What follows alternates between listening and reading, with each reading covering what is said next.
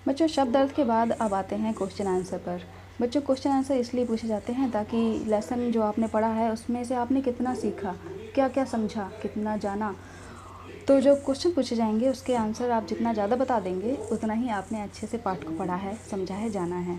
तो आइए देखते हैं क्वेश्चंस के आंसर्स। बहुत ही इजी हैं, कोई कोई एक ही शब्द में है, तो आइए देख लेते हैं।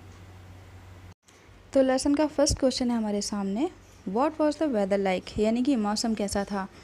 तो लेसन पढ़ने के बाद आप सभी को पता है कि द वेदर वाज क्लाउडी, यानी कि मौसम बादलों से भरा हुआ था। इसका मतलब मौसम सुहाना था और धूप और गर्मी नहीं थी।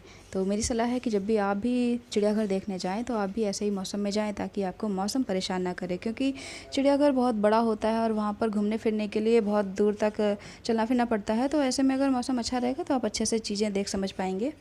और हालांकि वहाँ पर ट्रेन भी चलती है, लेकिन ट्रेन में बैठकर दूर से चीज़ें देखने में वो बात नहीं है जो आपको पास से देखने में है। हालांकि डेंजरस एनिमल को देखते टाइम बहुत सावधानी आपको रखनी चाहिए, क्योंकि वहाँ पर अगर आपने शैतानी की, उनको चढ़ाया या उनको गुस्सा दिलाने की कोशिश करी या नेट क्रॉस करने की कोशिश करी तो बहुत नुकसान हो सकता है। ऐसा एक बार हो चुका है, एक बच्चा टाइगर के बाड़े में गिर गया था। तो आप ऐसी गलती कभी ना करना।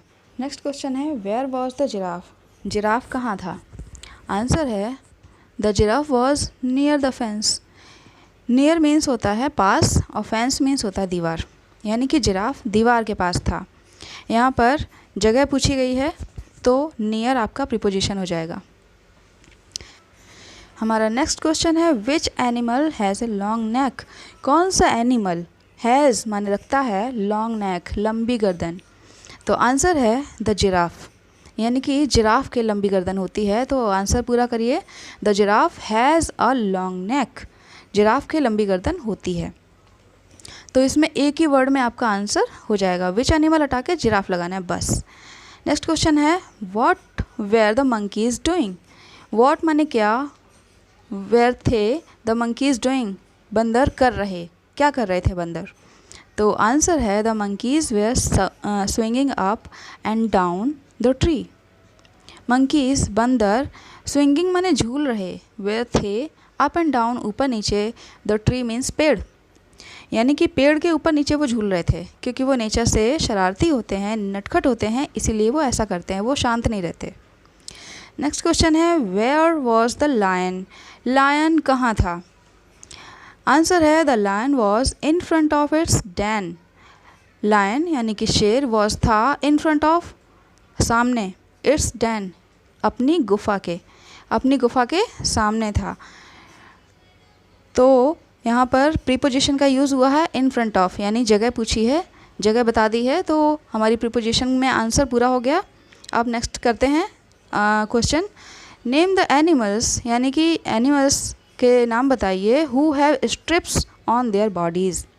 हु माने जो, हैव रखते हैं, स्ट्रिप्स धारियाँ, ऑन देयर बॉडीज़ अपने शरीर पर। तो आंसर है tigers and zebras have stripes on their bodies.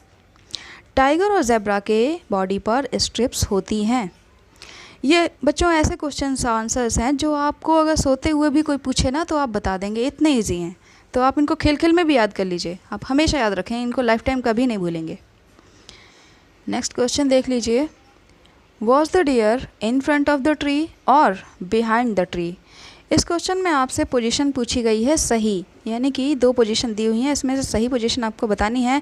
और अगर आपने लेसन ध्यान से पढ़ा है तो आपको ज़रूर पता होगा। इसमें पूछा है was the deer in front of the tree. In front of the tree का मतलब है पेड़ के सामने।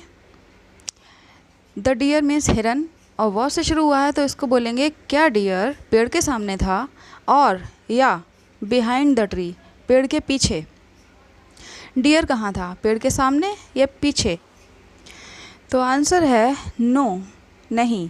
The deer was not, deer नहीं था, in front of the tree पेड़ के सामने। वो तो सही बात है, पेड़ के सामने था ही नहीं, तो कहाँ था। It was behind the tree, यानी बिहाइंड मीन्स पीछे, द ट्री मीन्स पेड़, पेड़ के पीछे था। तो नेक्स्ट क्वेश्चन है, were the birds sitting on the tree, यानी कि ये भी वैसे शुरू हो रहा है तो was, were, is, am, are ये सब हेल्पिंग वर्ब होती हैं, और हेल्पिंग वर्ब से जब वाक्य शुरू होता है तो उसे क्या से बोलना शुरू करते हैं।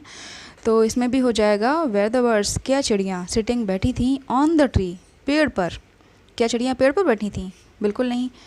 तो आंसर बनेगा नो, नहीं। The birds were flying, birds उड़ रही थी। ओवर द ट्री, पेड़ के ऊपर। बिना उड़ा कैसे जाएगा? जब पेड़ पर बैठी होंगी तो उड़ेंगी कैसे? तो ओवर तब यूज़ करते हैं जब टच ना हो रहा हो, यानी कि जब चिड़ियाँ पेड़ के ऊपर होंगी तभी तो उड़ेंगी, तो उसमें टच नहीं हो रही होती हैं वो, तब ओवर का यूज़ करते हैं। तो नेक्स्ट क्वेश्चन है, what was the baby zebra doing? What क्या, वाज था द बेबी ज़ेब्रा डूइंग, यानी ज़ेब्रा का बेबी बच्चा क्या कर रहा था? आंसर है the baby zebra was playing. Play means खेलना, प्लेइंग मीन्स खेल रहा। बेबी ज़ेब्रा यानी ज़ेब्रा का बेबी खेल रहा था। अब यहाँ पर देखा जाए तो आंसर कंप्लीट हो गया, लेकिन क्योंकि ये प्रीपोजिशन का लेसन है तो आपको प्रीपोजिशन लगा के ही आंसर कंप्लीट करना है, वरना पूरे नंबर नहीं मिलेंगे। इसलिए अगर पूरे नंबर चाहिए तो बिटवीन लगा के आंसर पूरा करिए। तो पूरा ऐसे होगा, playing between mother zebra and father zebra, यानी मम्मी और पापा के बीच में जो बेबी था ज़ेब्रा का वो खेल रहा था। तो समझ में आ गया आपको? अब आप इन सबको याद कर लीजिए फटाफट। Thank you.